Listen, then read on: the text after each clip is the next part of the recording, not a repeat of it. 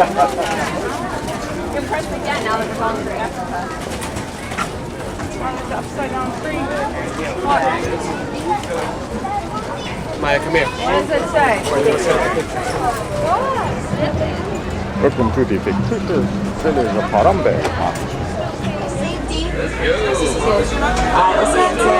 All right, well, jumbo, everyone. My name is Brina. I'll be your game driver for 2 weeks safari. So hope you all.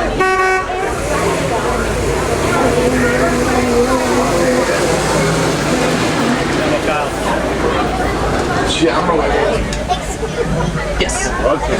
Watch your hands be down the right. Remain seated for me so we Put can all get those up going. there? Remain seated. All right, Jumbo, everybody. My name's Jeff. I'm going to be your driver for today's photo safari through the Harambe Wildlife Reserve. The reserve was established in 1971 to help protect local wildlife. And over the years, animals become less afraid of humans, which is great for us, but unfortunately makes them an easy target for poachers and illegal hunters. Not to worry, though, we do have our airborne wardens who watch over all 800 square miles of the reserve, and we are required to check in before we head in. We don't want them thinking we're a big group of poachers. Please sit down. If y'all are going to be taking pictures today, I do recommend setting your cameras to an action or sport mode. Roads out here are very rough, and that'll help you get a better picture. And make sure you do hold on to those cameras tightly. The reserve does not allow us to stop to pick up any items that are lost off the vehicle. That includes cameras, hats, sunglasses, small children, and significant others. If you take a look above you there, you'll see a game spotting board. It's all the different animals we have out here in the reserve. Probably won't get to see all of them, but we usually have pretty good luck seeing most. Do we have any first-time safari riders today? Yeah. Nobody back there first time? Got a few of you? Any repeat safari riders? Yeah, lots of you. All right. Are we looking for any favorite animals? Yeah. What? Anything? Elephant. Elephant? We'll see some elephants out there. Giraffe. Warhog, giraffes. Actually, I heard a rumor there might be a baby giraffe, so you have to keep your eyes open for that. A cheetah. Cheetahs we'll probably see. Alright, we're going to go ahead and get in contact with our airborne wardens. Airborne Patrol, this is Symbol 1, over. Jumbo Wilson, Symbol 1's heading a little Terry Forest, over. I'm Jumbo, Symbol 1. Keep your eyes open and drive carefully. You should see lots of animals. Roger that, Wilson. If y'all look up to your left-hand side over here, you're going to see a bongo. It's also known as the ghost of the forest. They call them the ghost of the forest because they are so very rarely seen. Over on your right-hand side, you're going to see an okapi. Okapi are often thought to be a relative of the zebra for their black and white stripes, but they're actually not related to the zebra at all. They're the only known relative of the giraffe. They don't have a long neck like the giraffe, but they have very similar mouths and tongues. Over here on your left-hand side is a very important gathering place for lots of different animals. This is called a watering hole. It's also an important spot to find some black rhinoceros. Hopefully we get to see one out here today.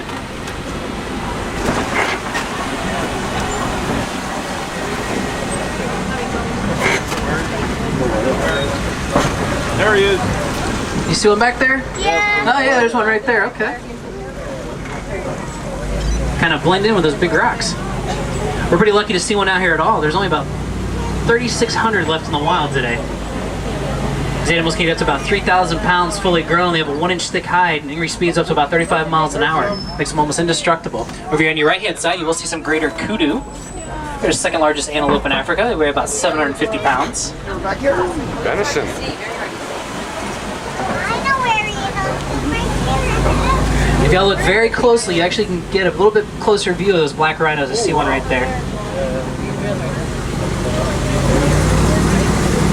Over on your left-hand side, you're going to see the largest stork in Africa. They call him the saddle-billed stork. He gets about 4 or 5 feet in height. He has an 8 to 9 foot wingspan.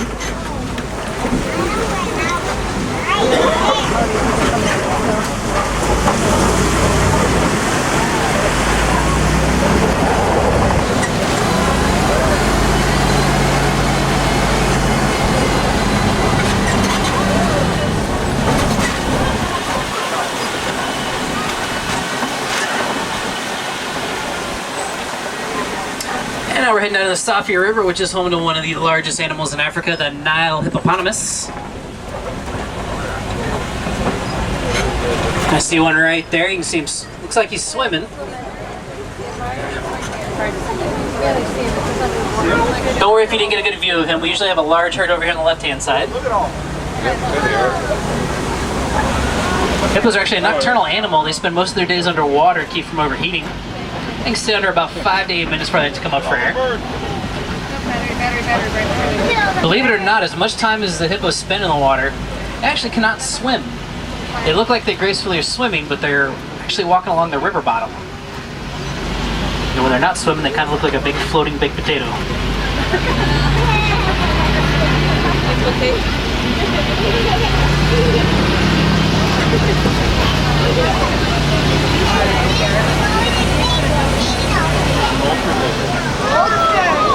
There's another one down here on your left-hand side. You can see them. You can see how they kind of look like they're swimming, but they're actually walking. All right, everybody, remain seated. Hold on tight as you go across this rickety old bridge. This is not the place you want to fall out of the truck. If you look down to your left-hand side, you're going to see some Nile crocodile. Crocodile are much larger, much more aggressive than the American alligator. And get to lengths of about 20 feet. You see some of them out there with their mouths open. It's not because they're hungry. They're actually trying to regulate their body temperatures by releasing excess body heat in the opening of their mouths. I don't know about y'all, but I'm not willing to stick around to find out if they're hungry or not.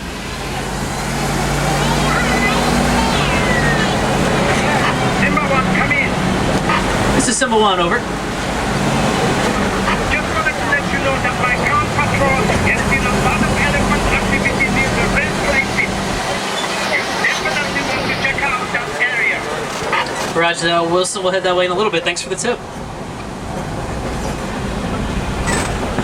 Alright folks, now we're heading out of the forest and on to the savanna. It's a completely different ecosystem with completely different animals. Speaking of different, this upside down looking tree off to my right, it's called a baobab tree. These trees will go 9 months out of the year leafless and store water in their trunks during that time to help survive the long periods of drought. They're capable of living 1,000 to 2,000 years.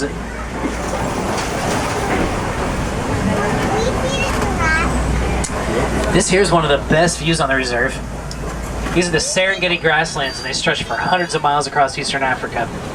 They're a super highway for the thousands of different species of animals that migrate across it each year. It's also home to some of our more popular animals like the lions and the elephants. If you look off to your right over here, you can see some Patterson's eland. They're the largest antelope. They get up to about 2,000 pounds fully grown. No, can't make comments? No. I can take it. No, I'll show you something.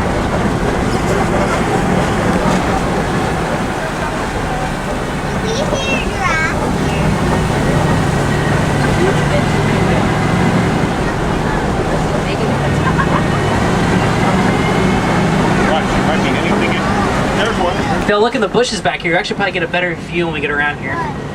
There's some sable antelope back there. And there's a couple of them. Sable antelope are the official symbol for the Harambe Reserve. You can tell the difference between the males and the females. The males have a much darker, more purplish colored coat.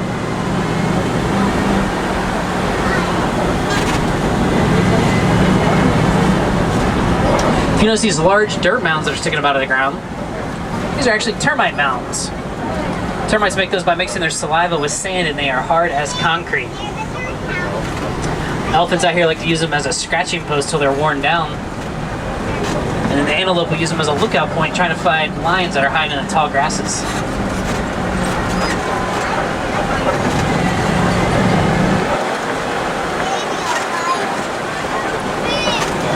The savannas are landscaped by the animals that live in it. Elephants out here act like bulldozers. They'll knock down old trees and then eat them. Giraffes act like pruning shears. They'll come along, prune up the bottoms of the treetops, allows more light in for grass to grow. Animals like the zebra and antelope come along and they'll mow down all the grasses. Little nibblers like the warhog and gazelle come and trim along the edges. In a perfectly balanced ecosystem, there's enough food for everyone.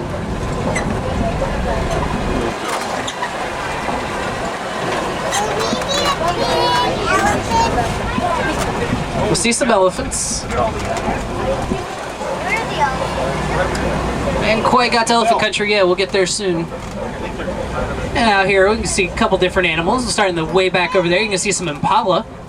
They're a small gazelle. Despite their size though, they're able to leap about 30 feet in the air, which is about the length of this truck. Just in front of them, those gray antelope, those are called wildebeest. One of the last large migrating animals. They move numbers up to 1.5 million.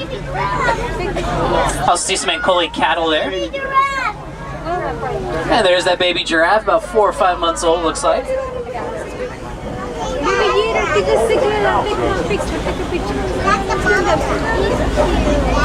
they're called reticulated giraffe from the Latin word reticulata, which means netting in relationship to net like pattern of their spots. They're the tallest animal in the world. Males can reach 18 to 20 feet in height. They're about 6 feet tall when they're born.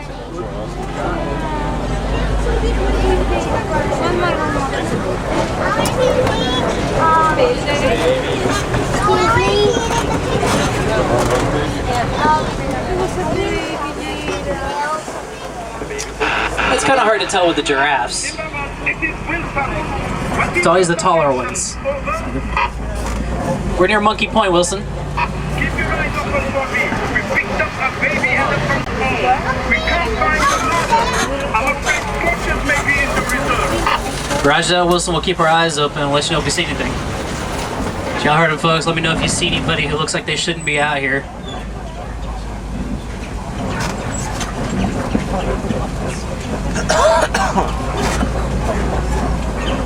If y'all look carefully just back inside these bushes here, they're kind of hard to see. They're hiding back in there. There's a couple of mandrills. Oh, you see them? Look right there. There's a big monkey here. And yeah, there's a big African elephant there. Probably weighs around 12,000 pounds. We do sometimes pick up a radio station in this area. Let's see if we can get anything today.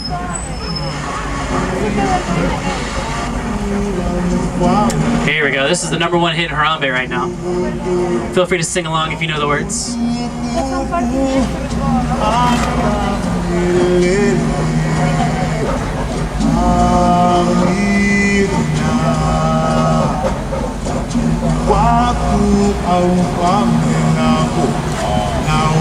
There's a good, not the best view, but a good view of the elephant. You notice how he has some straw and what looks like dirt on top of his back. Elephants actually have very sensitive skin similar to humans, and they'll use straw and dirt to act as a natural sunblock. Please stay seated, sir. Thank you.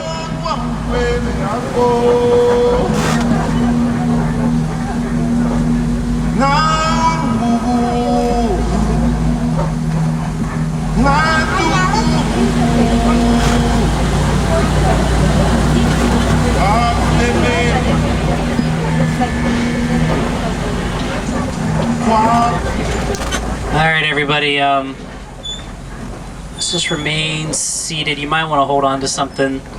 I'm not liking the looks of these bridge here. We're going to go pole, as they say, very slowly across it, and let's just keep our fingers crossed. The bridge looks like it's about 100 years old. I'm really not liking these noises. Oh, good views. Oh, hold on. Hold on.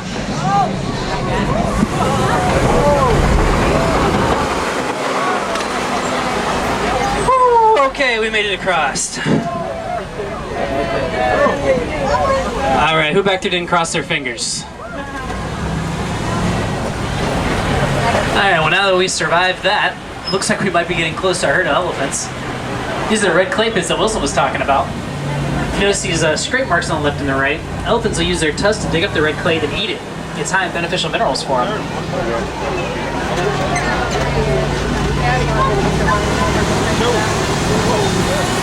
Silver elephants over here.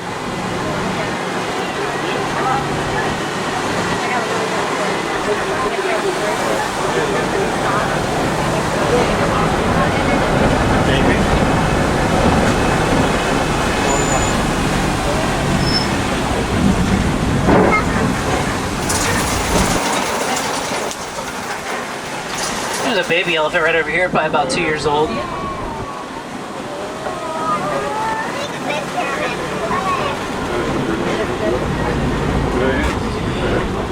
You notice how these baby elephants don't stray too far from the adults. Elephants will stay with their parents 13 to 14 years before they leave them. They learn from adult behaviors. That's one of the reasons Wilson was so concerned about the baby elephant they found wandering off on its own. Scientists out in the reserve have been studying these elephants and have discovered they have a form of communication. They speak in very low tones that are inaudible to human ears. They're trying to use this to find out what the elephants need to survive.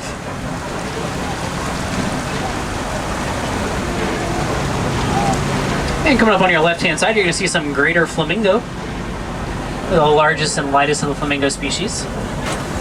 They get their color from their diet, which consists mostly of brine shrimp and other crustaceans that are high in carotene.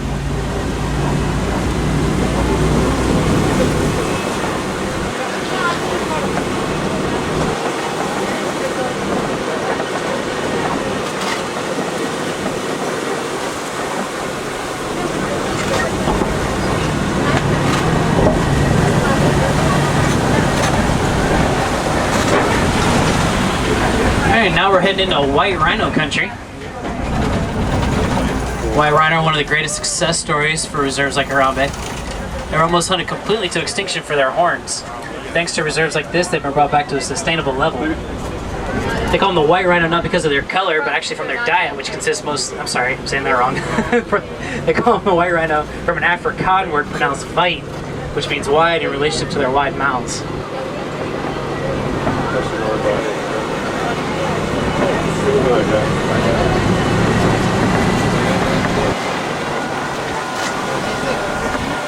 We're gonna have a nice close-up view of a couple over here on your left-hand side. I see you at the junction. I suggest you go west.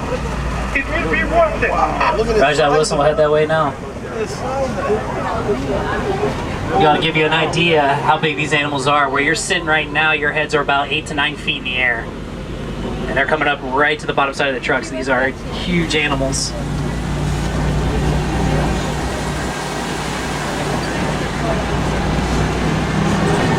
If you look over here, just behind these logs, you can see a couple of cheetah back there.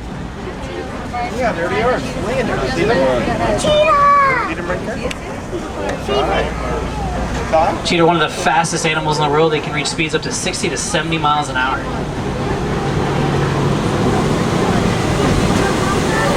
This must be what Wilson was talking about. This here's a kopie. It's one of a very popular place for big cat species like the lion. They like to use these as a place to rest in the sun during the day and as a vantage point for hunting for prey at nighttime. I just see a beautiful male right here behind this tree. We'll get a good view and get around the corner. Lions are a nocturnal animal. They sleep 18 to 20 hours a day. They do most of their hunting at nighttime. Contrary to popular belief, the female lion does most of the hunting. Wow, look at them. The male lion just sits around and waits for dinner to be brought to him. Holy cow. As it should be. Female lion there right in front of him too.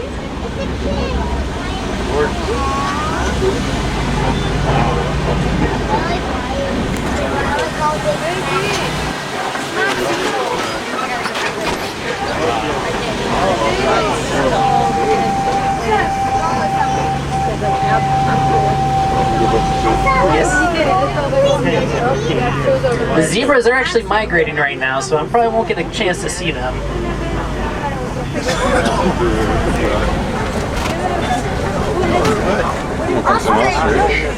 Look over here on your left-hand side, you can see a couple of warhog back there. Ostrich! Warhog are one of the largest burrowing animals. They dig these holes out like you see here and back into them with the tusk sticking out for protection. There's a big old ostrich there. Biggest bird in the world. Even though they do have wings, they cannot fly. It's probably a good thing. I wouldn't want to see that thing come flying at me. If you look over here on your right-hand side, you're going to see a couple of ostrich eggs. Each egg weighs about 3 pounds, and they're so strong a human could stand on top of one and it wouldn't break.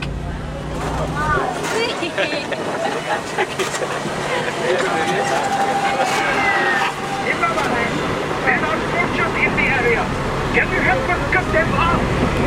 What do y'all think? You want to help catch some poachers? Rajah Wilson, we're on our way. This gate's all busted up here. I bet you this is the way we need to go.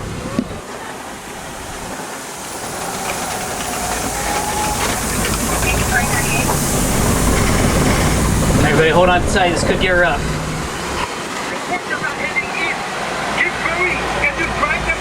Rajah Wilson will push him that way.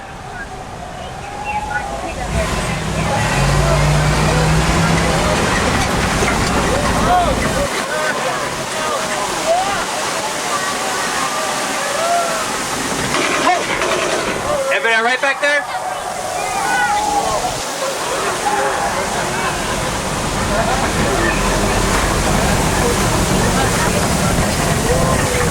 Oh, this looks like we're too late. This camp's been deserted. Oh,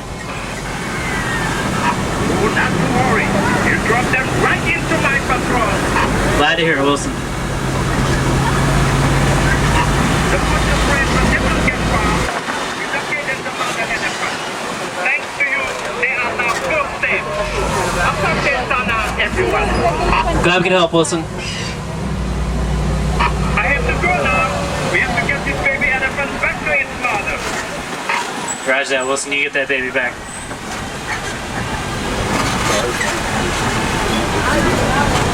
Well, folks, it looks like our little detour took us off our scheduled trek, so I'm going to drop y'all off the nearest warden's post. Should just be a short walk back to the Harambe village. If you are interested in seeing more animals, I do recommend checking out the Pangani Forest Trail. It's a short walking trail with lots of different animals, including the naked mole rat. I also recommend checking out Rafiki's Planet Watch. Lots of different animal activities going on out there, including a small petting zoo.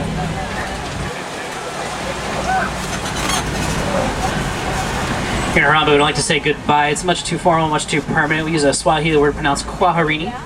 Means go well. I'd just like to thank you all for touring with Kilimanjaro Safaris today. You have a great day out there, and kwaherini.